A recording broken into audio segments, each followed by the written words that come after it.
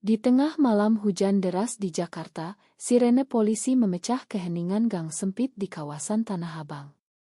Aisyah, seorang perwira polisi berusia 35 tahun dengan wajah tegas dan mata penuh prasangka, menarik kerah baju seorang wanita muda yang sedang berciuman dengan pasangannya di belakang sebuah kai kecil. "Kalian ini memalukan. Ini Indonesia, bukan Barat," bentak Aisyah, sementara tangannya menggenggam borgol dingin, siap memasung kebebasan yang dia anggap sebagai dosa. Wanita itu, yang kemudian diketahui bernama Lestari, menatapnya dengan mata basah air mata tapi penuh tekad, tidak menyangka bahwa malam itu akan menjadi titik balik bagi keduanya. Aisyah tidak tahu, Lestari adalah pengacara hak asasi manusia yang telah menyusun draft undang-undang anti-diskriminasi yang sedang dibahas di BR.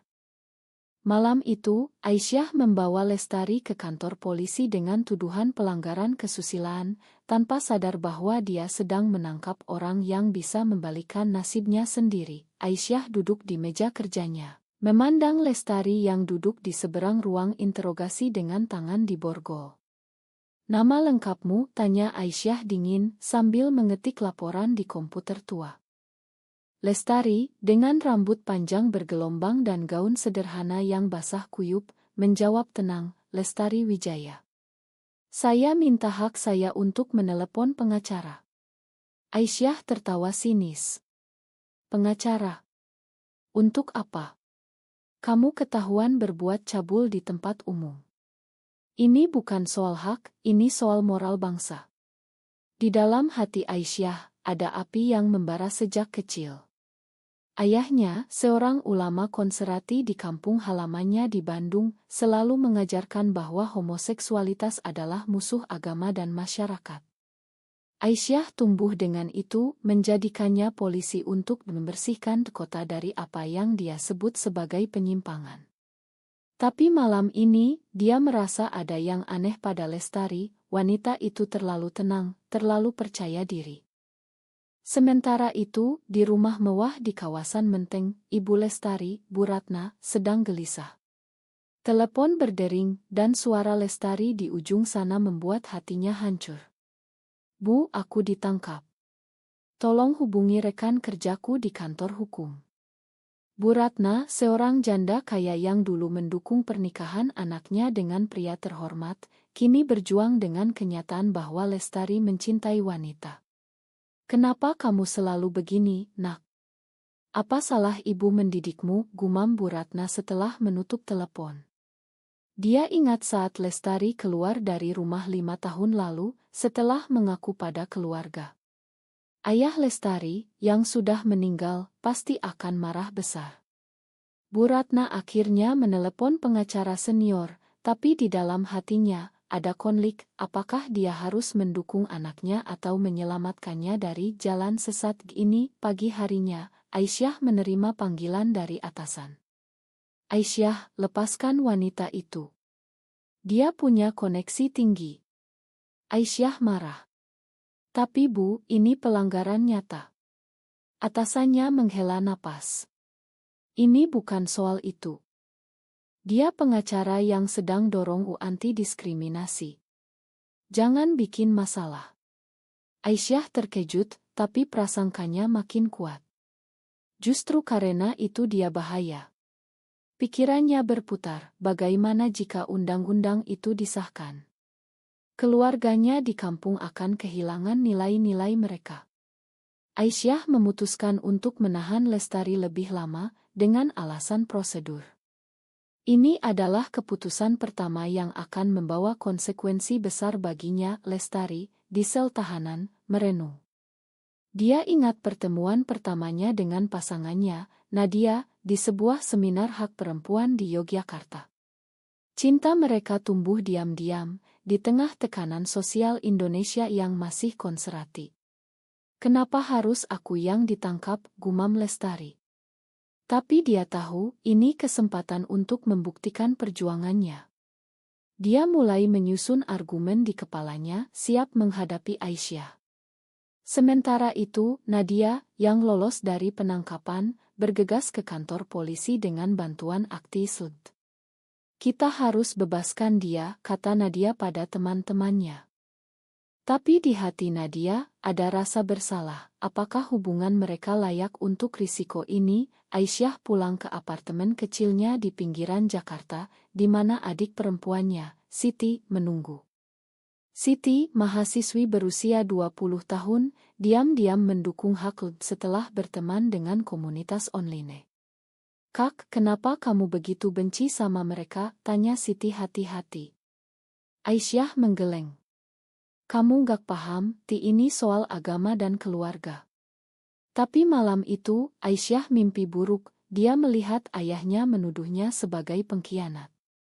Bangun dengan keringat dingin, Aisyah mulai ragu. Apakah prasangkanya benar? Keesokan harinya, di kantor polisi, Lestari akhirnya dibebaskan dengan jaminan. Tapi Aisyah tidak puas. Dia mulai mengikuti Lestari secara diam-diam, ingin mencari bukti lebih lanjut. Ini adalah awal dari obsesi yang akan mengubah hidupnya.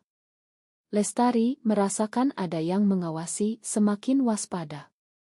Dia bertemu Nadia di sebuah taman, dan mereka berpelukan singkat. Aku takut, Nad, bisik Lestari. Nadia menjawab, kita harus kuat. Ini perjuangan kita. Tapi di balik itu, Nadia mulai mempertanyakan, apakah cinta ini layak untuk kehilangan segalanya? Bu Ratna datang ke rumah Lestari, membawa makanan awrit. Nak, pulanglah ke rumah. Ibu sudah terima kamu apa adanya. Tapi Lestari tahu, itu bohong. Bu, ibu masih malu sama tetangga. Pertengkaran meledak, mengungkap luka lama. Bu Ratna menangis, ibu takut kamu sendirian selamanya. Lestari memeluk ibunya, tapi hatinya sakit. Ini adalah harga yang harus dibayar untuk kejujuran. Aisyah, dari kejauhan, melihat adegan itu. Hatinya berdegup kencang. Untuk pertama kalinya, dia melihat sisi manusiawi dari penyimpang yang dia benci. Tapi prasangka ayahnya masih kuat. Dia memutuskan untuk melaporkan Lestari ke media konservatif, berpikir itu akan hentikan perjuangannya. Keputusan ini akan menjadi bumerang. Lestari kembali ke kantor hukumnya di kawasan Sudirman, di mana rekan-rekannya menyambut dengan tepuk tangan. Kamu hebat, Tari. Ini bahan bagus untuk kampanye kata rekan seniornya, Pak Budi. Lestari tersenyum lemah. Tapi aku capek, Pak. Polisi itu. Dia benci kita banget. Di dalam ruangannya, Lestari membuka laptop dan melihat berita online, aktis ditangkap di Jakarta. Hatinya sakit melihat komentar negatif dari netizen. Ini Indonesia, jangan impor budaya barat, tulis salah satu. Lestari ingat masa kecilnya di Surabaya, di mana dia pertama kali sadar mencintai teman perempuannya. Itu rahasia yang dia pendam bertahun-tahun, sampai akhirnya keluar dari rumah. Sekarang, sebagai pengacara, dia berjuang untuk orang-orang seperti dirinya, tapi harga yang dibayar semakin mahal. Aisyah, di kantornya, menerima teguran dari atasan. Kamu terlalu berlebihan, Ais. Ini bisa bikin departemen kita dicap diskriminatif. Aisyah membela diri, saya cuma jalankan tugas, Pak. Tapi di hati, dia tahu ini pribadi. Malam itu, dia bertemu teman lamanya, seorang ustadz di masjid dekat rumah. Ustadz, apa yang harus saya lakukan? Mereka ini ancaman bagi umat. Ustadz mengangguk, benar, tapi ingat, Allah yang hakim. Jangan sampai kamu jadi alim. Kata-kata itu mengganggu Aisyah. Apakah dia alim? Nadia datang ke apartemen Lestari dengan wajah cemas. Tari, aku dapat ancaman di media sosial. Mereka bilang aku penggoda. Lestari memeluknya. Ma, ini karena aku. Mereka berbicara panjang malam itu tentang mimpi mereka untuk hidup bebas di Indonesia. Tapi Nadia mulai ragu. Bagaimana kalau kita pindah ke luar negeri? Australia mungkin. Lestari menggeleng. Aku nggak bisa tinggalkan perjuangan ini. Ini adalah momen pertama di mana retak mulai terlihat di hubungan mereka. Siti, adik Aisyah, diam-diam bertemu dengan teman letenya di kampus. Kakakku polisi yang tangkap aktis itu, cerita Siti. Teman-temannya terkejut. Wah, bahaya. Kamu dukung kita nggak? Siti mengangguk. Iya, tapi aku takut bilang ke kakak. Konflik inner Siti tumbuh, dia mencintai kakaknya, tapi juga percaya pada keadilan. Dia memutuskan untuk mencari info tentang Lestari online, dan terkesan dengan perjuangannya, Bu Ratna bertemu dengan kerabat keluarga di rumah besarnya. Lestari lagi bikin masalah, Bu. Dia ditangkap karena itu. Kerabatnya menggeleng. Harusnya Bu paksa dia kawin. Bu Ratna densi. Dia anakku. Tapi di hati, dia setuju. Malam itu Bu Ratna menelepon Lestari. Nak, datanglah ke acara keluarga minggu depan. Ada calon bagus untukmu. Lestari marah. Bu, aku nggak bisa bohong lagi. Telepon ditutup dengan air mata di kedua sisi. Aisyah memutuskan untuk menghadiri sidang tentang UU anti-diskriminasi. Dia duduk di belakang, menyamar sebagai warga biasa. Di sana, dia melihat Lestari berpidato dengan penuh semangat. Kita semua manusia, pantas dapat hak sama. Kata-kata itu menyentuh Aisyah, tapi dia tolak. Setelah sidang, Aisyah mendekati Lestari. Kamu pikir ini akan ubah Indonesia? Lestari terkejut melihat Aisyah. Kamu. Polisi itu. Mereka berdebat sengit di koridor. Kamu prasangka, Bu Polisi? Coba pahami kami. Aisyah balas, kalian rusak moral. Ini adalah konfrontasi pertama mereka. Lestari pulang dengan hati berat. Dia cerita pada Nadia. Dia benci kita, Nad. Nadia menjawab, mungkin dia bisa berubah. Tapi Nadia sendiri mulai menarik diri. Dia mendapat tawaran kerja di Singapura dan mulai mempertimbangkan untuk pergi sendirian. Aku capek dengan tekanan ini, pikir Nadia. Siti menemukan artikel tentang Aisyah di media internal polisi. Ternyata, Aisyah pernah dapat penghargaan untuk kasus narkoba, tapi juga kritik karena kasus diskriminasi. Siti memutuskan untuk bicara dengan kakaknya. Kak, kenapa kamu tangkap dia? Dia cuma mencintai. Aisyah marah. Jangan campur urusan kakak. Pertengkaran meledak, membuat Siti menangis. Ini adalah harga yang dibayar Siti untuk keyakinannya. Bu Ratna datang ke kantor Lestari tanpa pemberitahuan. Ibu mau lihat kerjaanmu. Lestari tunjukkan dokumen U. Bu Ratna membaca dan air matanya menetes. Kenapa kamu pilih jalan ini, Nak? Lestari jawab, karena ini aku, Bu. Momen itu membuat Bu Ratna mulai ragu dengan pandangannya sendiri. Aisyah, di rumah, melihat oto keluarga. Ayahnya tersenyum di oto itu. Ayah, apa aku salah, gumamnya. Dia mulai mencari info tentang di internet. Diam-diam, artikel pertama yang dia baca membuatnya shock. Banyak orang seperti Lestari yang bunuh diri karena tekanan sosial. Untuk pertama kalinya, empati muncul di hati Aisyah. Tapi dia tolak. Ini propaganda, pikirnya.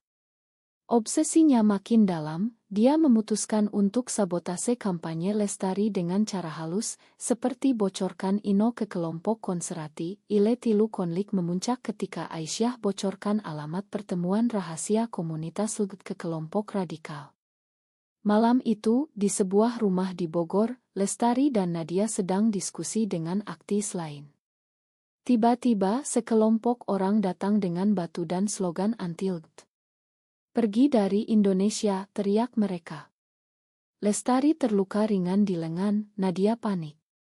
Polisi datang terlambat, dan Aisyah yang bertugas di sana, melihat kekacauan yang dia ciptakan. Hatinya teriris melihat Lestari berdarah. Apa yang aku lakukan, bisiknya Lestari di rumah sakit, Nadia di sampingnya. Ini terlalu jauh, Tari. Aku mau putus. Kata-kata itu seperti pisau. Lestari menangis. Jangan, Nad. Kita bisa lewati ini. Tapi Nadia pergi, meninggalkan Lestari sendirian. Ini adalah pengkhianatan pertama, harga mahal dari perjuangan Lestari. Siti mendengar berita serangan itu dari teman-temannya. Dia konfrontasi Aisyah. Kak, kamu yang bocorkan ya? Aisyah diam. Siti marah besar. Aku malu punya kakak seperti kamu. Siti pergi dari rumah, tinggal di asrama kampus. Aisyah hancur, menyadari bahwa prasangkanya telah merusak keluarganya sendiri. Bu Ratna datang ke rumah sakit, memeluk Lestari. Ibu salah, Nak. Ibu dukung kamu sekarang. Ini adalah momen rekonsiliasi, tapi Bu Ratna masih berjuang dengan pandangan masyarakat. Tetangga bilang apa nanti, gumamnya. Lestari jawab, biarlah, Bu. Yang penting kita. Aisyah dipecat sementara dari tugasnya karena investigasi internal. Atasannya bilang, kamu kelewatan, Ais. Sendirian di apartemen, Aisyah minum kopi hitam, merenung. Dia ingat masa kecil, ketika ayahnya memukulnya karena bermain dengan boneka perempuan. Kamu harus kuat seperti laki-laki, kata ayah. Apakah prasangka itu dari trauma sendiri? Aisyah mulai mencari psikolog. Diam-diam Lestari kembali ke perjuangan, tapi dengan hati kosong setelah putus dari Nadia. Dia pidato di konferensi hak asasi. Serangan kemarin bukti kita butuh ini. Tepuk tangan bergema, tapi di hati, Lestari merasa lelah. Rekan-rekannya dukung, tapi dia tahu, ini baru awal. Siti bergabung dengan Demokrat di depan. Dia pegang poster keadilan untuk semua. Aisyah melihat dari kejauhan, hatinya campur aduk. Adikku, gumamnya. Ini adalah titik di mana Aisyah mulai mempertanyakan segalanya. Bu Ratna ikut demo itu, berdiri di samping Siti yang dia kenal sebagai adik polisi. Kamu adiknya polisi yang tangkap anakku, tanya Bu Ratna. Siti mengangguk. Mereka berbicara, dan Bu Ratna sadar betapa dalamnya dampak prasangka. Aisyah akhirnya datang ke rumah Lestari. Saya minta maaf. Lestari terkejut. Kenapa sekarang? Aisyah cerita tentang ayahnya, trauma, dan kesadarannya. Saya salah. Ini adalah momen konfrontasi emosional, di mana keduanya menangis. Lestari makan, tapi bilang, ma saja nggak cukup. Ubah pandanganmu. Aisyah setuju dan mulai belajar.